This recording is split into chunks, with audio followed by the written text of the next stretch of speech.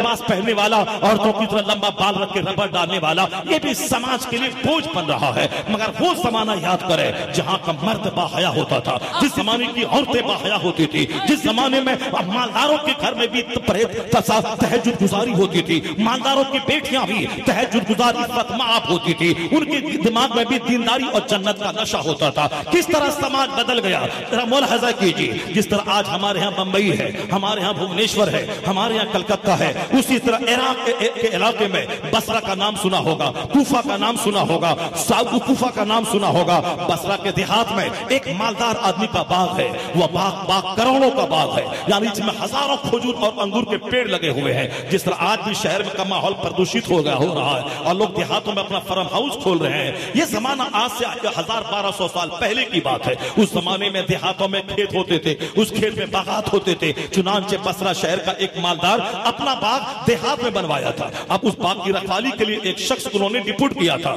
उस शख्स का नाम था अब्दुल्ला। उस शख्स का नाम मुबारक था। मुबारक साहब वहां रहते थे, बाग की रखवाली करते थे। गांव देहात की फजाओं में इबादत करने का बड़ा मजाज होता है। वह नौकर भी वहां रात में तहज्जुद पढ़ता था, नमाज़ें पंजगाना पढ़ता था, ईमानदारी से काम लेता था। वह बाहया बन के रहता था। गरीब है, मजदूर है, ज्यादा दौलत कमाने का नशा नहीं है, मगर इबादत करने का जबरदस्त मौका देहातों में मिलता है। शहरों में इंतशार है, शहरों में पोल्यूशन है, शहरों में हंगामा है, शहरों में साहब अलग अलग इलाके के लोग हैं। हंगामा इबादतें जो देहातों में होती हैं, स्कूल कॉलेज मदरसा का कायम करने का मजाज जो देहातों में होता है वह शहरों में नहीं होता। चुनांचे मुबारक नाम का वो शख्स उस बाग की रखवाली करता था, नमाजें पंजगाना पाबंदी से पढ़ता था। मैं इतना बड़ा ईमानदार था कि साहब उस बाग में कोई चोर न घुसे और खुद अपनी तरफ से उस बाग में कोई हक तलफी न हो, ईमानदारी से रहता था। खुद शहर का वो मालिक गाहे बगाहे हफ्ता 10 दिन में वो देहात आता था अपने बाग घूमने के लिए। कभी इस दोस्त को साथ ले लिया, कभी उस दोस्त को साथ ले लिया, पूरे बाग का नजारा करता था। एक बार शहर के बड़े खरबपति दोस्तों को लेके वो आया, जिसका घर शहर में हो, देहात में करोड़ों का बाग हो। उसके दोस्त का सर्किल कोई सड़े हुए नहीं थे, वह सब शहर के पौष लोग, बड़े बड़े ऊंचे लोग, मालदार लोग थे।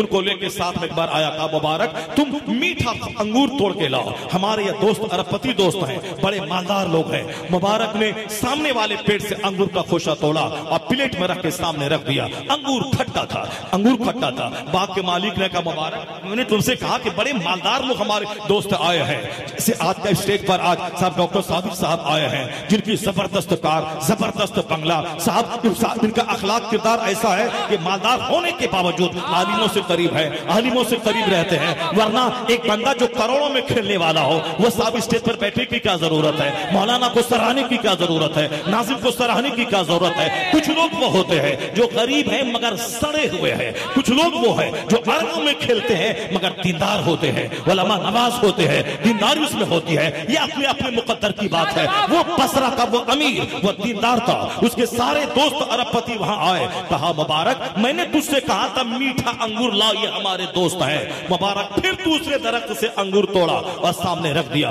वो अंगूर भी खट्टा था। अब बाग का मालिक थोड़ा सा बिगड़ा, कहा मुबारक मैंने तुझसे कहा कि मेरे अच्छे अच्छे दोस्त आए हैं, मीठा अंगूर लाओ। वह तीसरे दरख्त का अंगूर तोड़ा, फिर सामने ला के रख दिया। वो अंगूर भी खट्टा था। अब मुबारक अब उस बाग का मालिक बिगड़ गया, कहा मैं तुमसे बार बार कहता हूं ये हमारे अच्छे दोस्त आए हैं, अच्छा अंगूर तोड़ के लाओ, मीठा अंगूर लाओ, तुम मान नहीं रहे हो, तुम खट्टा पे खट्टा तोड़ के ला रहे हो। अब मुबारक खड़ा हो गया, कहा हुजूर ये बताइए मैं कैसे जानूं कि किस दरख्त का अंगूर मीठा है, मैं कैसे जानूं किस दरख्त का अंगूर मीठा है।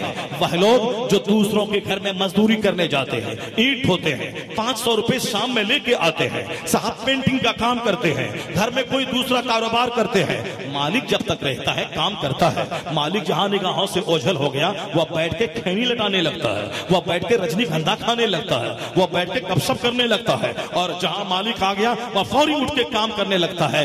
ये वह लोग हैं जो हलाल रोजी जिसको मिल रही थी उस हलाल रोजी को भी वह हराम में तब्दील कर रहा है, यानी काम चोरी का मुजाहरा करके वह रिज़्क़ के हलाल को हराम में तब्दील कर रहा है।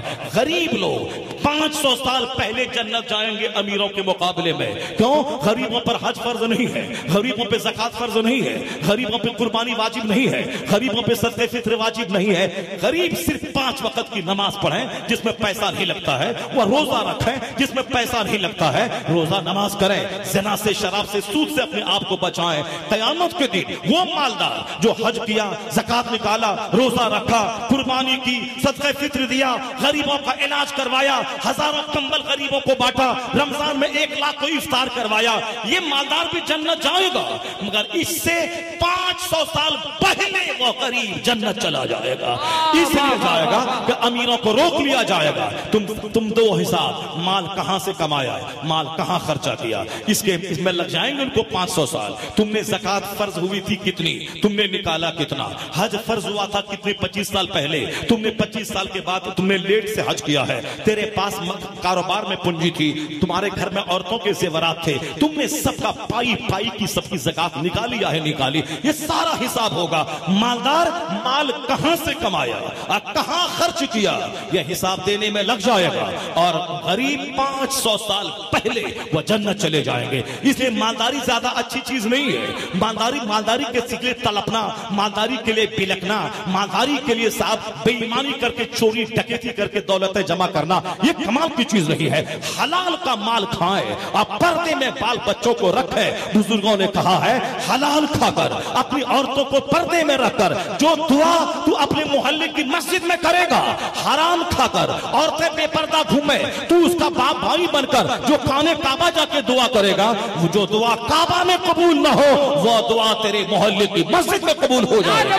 क्योंकि दुआ कबूल होने के लिए तुम्हारे घर की औरतों का पर्दे में रहना जरूरी है, और दुआ की कबूलियत के लिए हलाल माल खाना जरूरी है। अगर औरतें बेपर्दा फिरी, हाजी साहब की बेटियां, हाजी साहब की बीवियां, ये अपना तो हज करके आ गए, और घर की इनकी बेटियां वह सर्क वर्क लिबास पहनकर शौहर के लिए फूहड़ बन के रहे, शौहर के लिए साफ खिनौना कपड़ा पहन के रहे, शौहर के लिए महकता हुआ बदन लेके रहे, शौहर के लिए साफ डैमेज कपड़ा पहन के रहे। और जब घर से बाहर निकलना पड़े, कहीं बाजार जाना पड़े, शादी की महफिल में जाना पड़े, वो देखिए लिबासों का मुकाबला। साहब भुवनेश्वर में मर्द का कपड़ा खोजने से नहीं मिलता, औरतों के कपड़ों की मंडी देखिए। कलकत्ता में मर्दों को कुर्ता पायजामा की दुकान नहीं मिलती, औरतों की मंडियां देखिए। क्योंकि सब बिजनेसमैन जान चुके हैं सारी औरतें अब कपड़ों की दिलदादा हो गई है। अब शादी ब्याह में कपड़ों का मुकाबला, एक कपड़ा यहाँ पहन लिया तो दूसरे यहाँ की शादी में वो कपड़ा पहन के जाएंगी, तो उनके रिश्तेदार की खवातीन बोलेंगी इनके पास ज्यादा कपड़ा नहीं है।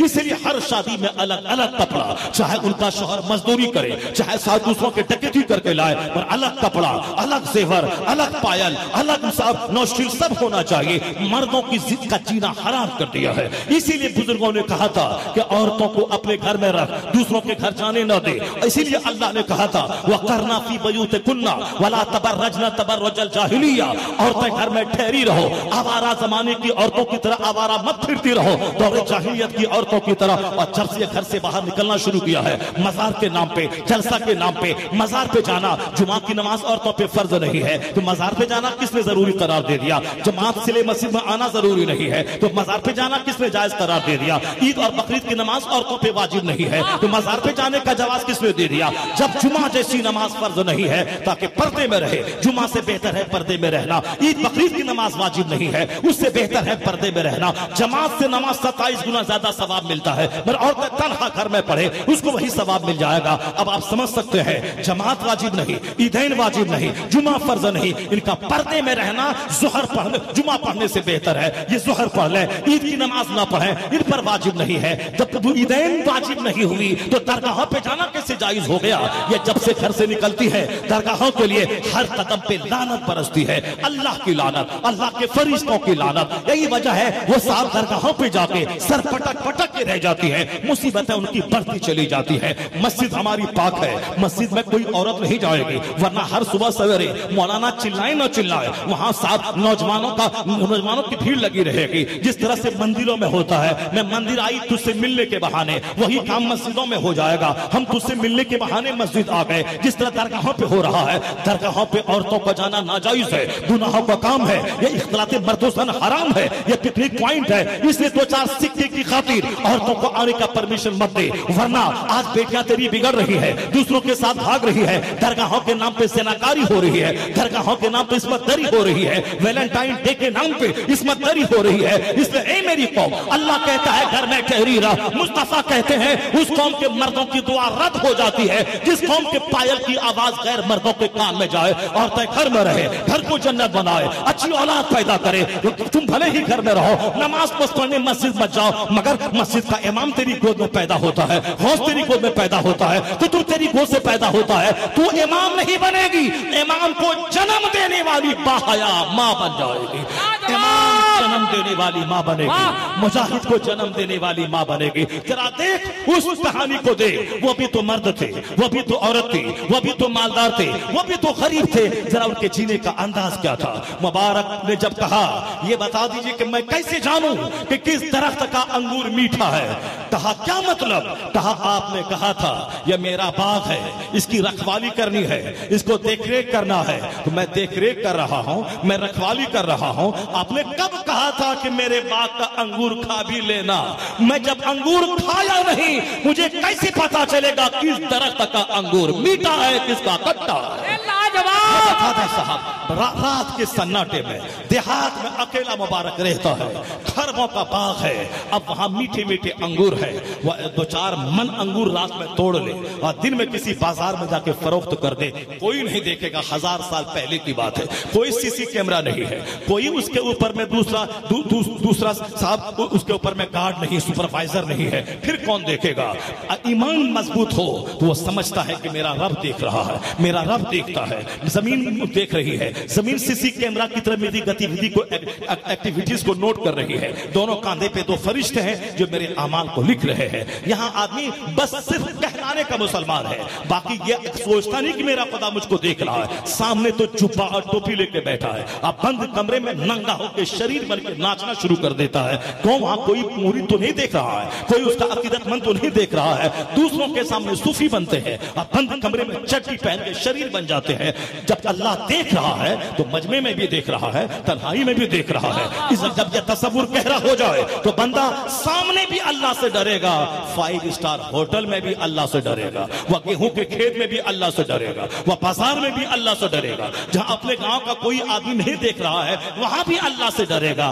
बस सामने अमीर साहब है और सामने साहब फकीर साहब है, सामने पीर साहब है और बंद कमरे में शादी ब्याह में लेन देन का सौदा हो रहा है। कभी खबरदार 10 लाख तू दे रहा है गाड़ी के नाम पे, पर किसी को मालूम नहीं होना चाहिए, अगर मालूम होगा तो रिश्ता टूट जाएगा। मैं कहता हूं खबीस मरदूद, तू लोगों से डर रहा है कि लोग ना जाने के जहेज लिया है, अल्लाह से नहीं डरता है, रसूल पाक से नहीं डरता है।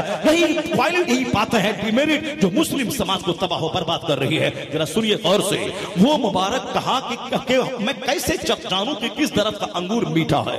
बाग के मालिक ने कहा क्या मतलब? कहा आपने तो रखवाली करने कहा था, खाने तो नहीं कहा था। कहा सच नहीं तो और क्या? कहा मुबारक तेरे जैसा ईमानदार, तेरे जैसा ऑनेस्ट, अल्लाह से डरने वाला इस जमाने में कौन नौजवान मिलेगा? मुबारक से बाग के मालिक ने क्या कहा? ए मुबारक ये बता दे क्या तेरी शादी हो गई है? मुबारक बोला मेरे जैसा गरीब आदमी जो आपके बाग में नौकरी कर रहा है, इसको कौन अपनी बेटी देगा? मैं तो मजदूरी कर रहा हूं आपके यहाँ। मगर जरा गौर से देखें, वह लोग जो अपनी बेटी जिसकी शादी 18 साल में होनी थी 48 साल में शादी नहीं हुई, क्यों? लड़का कमाने वाला मिल जाए, बड़ा बिजनेस करने वाला मिल जाए, चाहे शादी के बाद उसको दिन रात लत्तम चुत्तम करे, उसके माँ बाप को गाली दे, 2-4 साल के बाद तलाक दे या पेट्रोल डीजल छिड़क के उसको मार दे, सब चलेगा, मगर लड़का चाहिए नौकरी वाला। कोई कैरेक्टर नहीं ढूंढता, अल्लाह वाला नहीं तलाश करता। अल्लाह का डर इसके दिल में है कि नहीं? दिने अरबपति बाग का मालिक वो क्या बोला? मुबारक क्या तेरी शादी हो गई? कहा मुझको कौन अपनी बेटी देगा? मैं तो गरीब आदमी हूं, शादी मेरी नहीं हुई है। मुबारक से बाग का अरबपति मालिक बोला तेरी ईमानदारी को देखकर मैं तो हैरत में पड़ गया हूं, इस जमाने में ऐसा ईमानदार शख्स कहां मिलेगा? मैं चाहता हूं कि अपनी बेटी का अक्द मैं तुझसे करा दूं, मैं अपनी बेटी तेरे निकाह में दे दूं। मुबारक ये नहीं बोला हुजूर हजरत अली जनाब आप कैसे अपनी बेटी मुझको दीजिएगा, नहीं ये नहीं बोला। मुबारक क्या बोला? मुबारक ये कहा, मुबारक उससे मुखातब होकर कहा हाँ अगर आप ऐसा सोच रहे हैं तो फिर इसमें ताज्जुब की क्या बात है? यहूदी शादी में माल देखता है, यहूदी जो कि हरीस कौम है, लालची कौम है, वह शहर उजाड़ के कब्जा करने वाली कौम है, लोगों को कत्ल करके उसकी जगह जायदाद पे कब्जा करने वाली लालची हरीस कौम यहूदी है। इस कौम को अल्लाह ने कभी बंदर बनाया है, इस कौम को अल्लाह ने जलील किया है हमेशा, और जलील हमेशा रहेगी। उसके बावजूद चूंकि हिर्स इसमें बहुत ज्यादा है, दौलतों के हिर्स। क्या कहा उस मुबारक ने, हाँ हाँ, यहूदी शादी में माल देखता है और नसरानी शादी में हुस्न देखता है, जमाल देखता है। क्रिश्चियनों की खसलत है खूबसूरती देखना, चाहे औरत सड़ी हुई हो, उसके दो चार हमल गिर गए हो चोर दरवाजे से, हॉस्पिटल में, स्कूल में, कोचिंग सेंटर में, सब चलेगा, मगर नाक लंबी हो, चेहरा गोरा हो, आंख बड़ी हो। उसके यहाँ शराब पीना, ज़िनाकारी करना, वो सब आम है। इतने कमजोर लोग हैं, शराब जहां है वहां ज़िना आम है, इसलिए वहां नसरानी क्रिश्चियन वो खूबसूरती देखते हैं। क्या बोला मुबारक? यहूदी माल देखता है और नसरानी शादी में खूबसूरती देखता है। मुसलमानों के बच्चे अगर सिर्फ खूबसूरती देखें, अखलाक ना देखें, ये तबाह हो बर्बाद हो जाएंगे, इनकी आने वाली नस्लें बर्बाद हो जाएंगी। जिस तरह अभी इंजीनियर से लेकर चपरासी तक सबके दिमाग में जुनून सवार है, मैं चाहे कल्लू क्यों न रहूं, मेरी बीवी खूबसूरत रहे। मैं नौकरी करता हूं, 1 लाख महीना कमाता हूं, मेरी बीवी बिल्कुल खूबसूरत रहे, ब्यूटीफुल गर्ल मिले। वो नहीं सोचता है कि वो ब्यूटीफुल रहेगी, वो खुद सोचेगी मेरा शौहर भी हैंडसम स्मार्ट रहे। कुछ नहीं, सबकी तमन्नाएं बड़ी है, खूबसूरत खूबसूरत खूबसूरत। कोई दीन नहीं देखता, अखलाक नहीं देखता, कोई अखलाक को तरजीह नहीं देता। जबकि हुजूर ने 1400 साल पहले कहा था, काली कलोटी दीनदार औरत तेरे हक में बेहतर है, सिर्फ हुस्न देख के शादी मत करना। सबने उसको नसरानी की तरह, क्रिश्चियन की तरह हुस्न देखना शुरू किया। मुबारक बोला, ए मालिक, यहूदी माल देखता है, नसरानी जमाल देखता है, मोहम्मदी ईमान और तकवा देखता है। मोहम्मदी ईमान और तकवा देखता है, मोहम्मदी ईमान और तकवा देखता है। यहूदी माल देखता है, नसरानी खूबसूरती देखता है, मगर मुसलमान तकवा देखता है, परहेजगारी देखता है। वो मालिक की बात सुनने के बाद और मस्त हो गया। क्या इस्लामी सोच है इसकी? शहर के सारे अरबपति से सब उनके जज्बात को देखकर खुश हो गए। कहा, मुबारक तुम यहीं रहो, मैं जाता हूं शहर, जरा मैं अपनी बीवी से मशवरा कर लेता हूं, उसके बाद अगली कार्रवाई के लिए मैं तेरे पास पैगाम खबर भेजता हूं। यह शहर गया अपनी बीवी के पास, कहा, देखो मुबारक जैसा नौकर जो हमारे बाकी रखवाली करता है, इतना बड़ा ईमानदार ऑनेस्ट तो मेरी आंखों ने नहीं देखा। हमारे शहर के अरबपति दोस्त जितने गए थे, सब उनके तकवा परहेजगारी को देखकर दंग रह गए, उनकी ईमानदारी को, कहानी को देखकर मेरे दिल में ख्याल पैदा हो रहा है कि मेरे पास एकलौती बेटी है, मैं अरबों में खेलने वाला हूं, काश ये मेरी दीनदार बेटी उसके निकाह में चली जाए। ये मेरे दिल में ख्याल आता है। ये बताओ तेरा क्या कहना है? मालदार, तहज्जुद गुजार, नेक परहेजगार था। वो हमारे मालदार की तरह जोकर नहीं था, इधर शराब पी लिया, उधर दूसरों के मुसल्ली के घर में जाके मुंह मार दिया, उधर तवाइफ के कोठे पे चला गया, उधर होटलबाजी करने लगा। नहीं नहीं, वो नेक परहेजगार मालदार था, खरबों में खेलने वाला।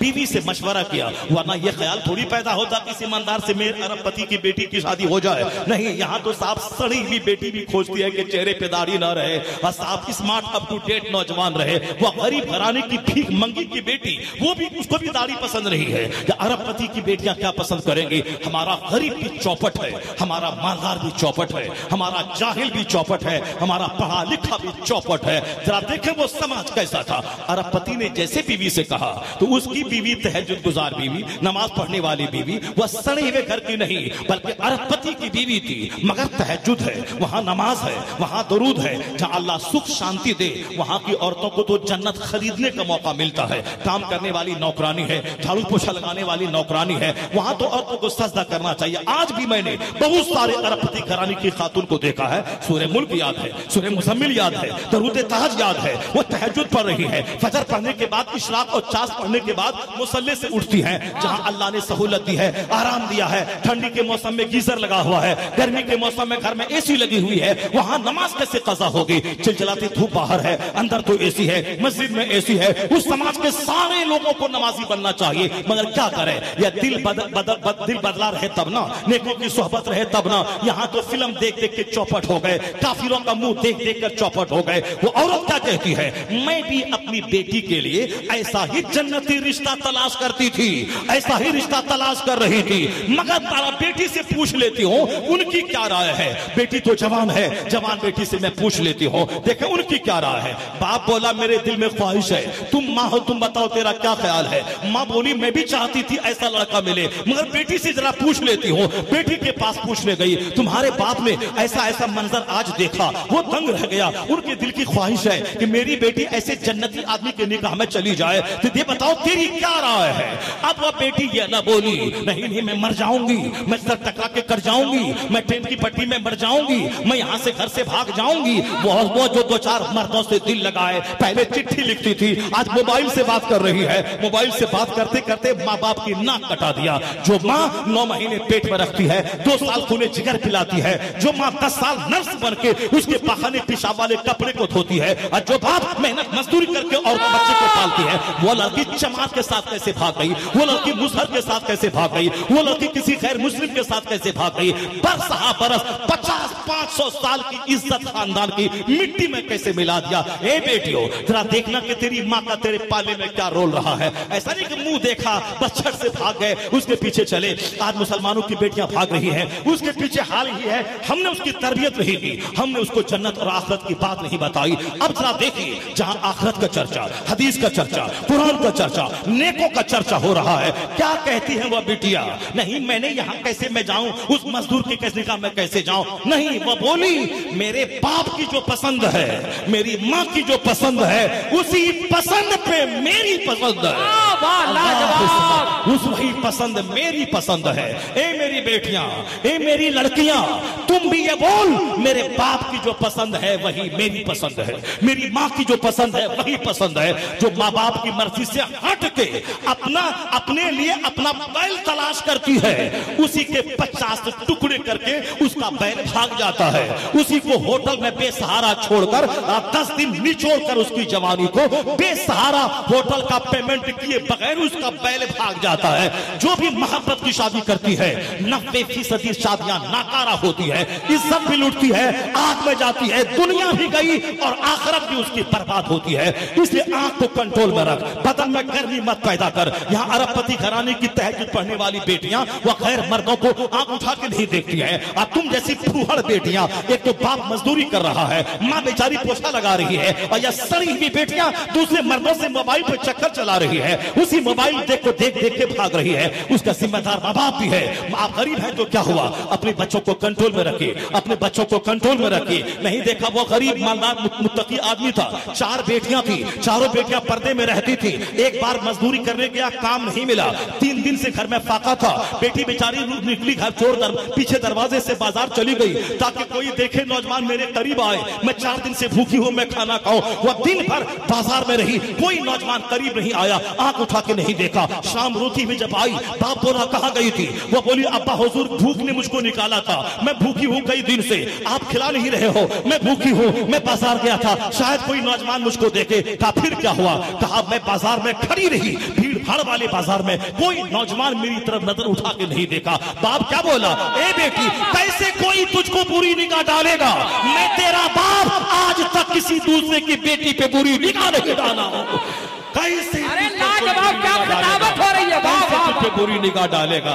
इसलिए ए मर्दो, तुम दिल्ली बंबई में काम करते हो, ऐसा नहीं कि वहां जाके फाहिशा औरतों के कोठे पे अटेंड करो और तेरे घर में तेरी बेटी तेरी बीवी की इज्जत बची रहे, नहीं होगा ऐसा। इस हाथ से करो, इस हाथ से उसका बदला मिलता है। यहाँ जैसा काम करोगे वैसा भरोगे। टिट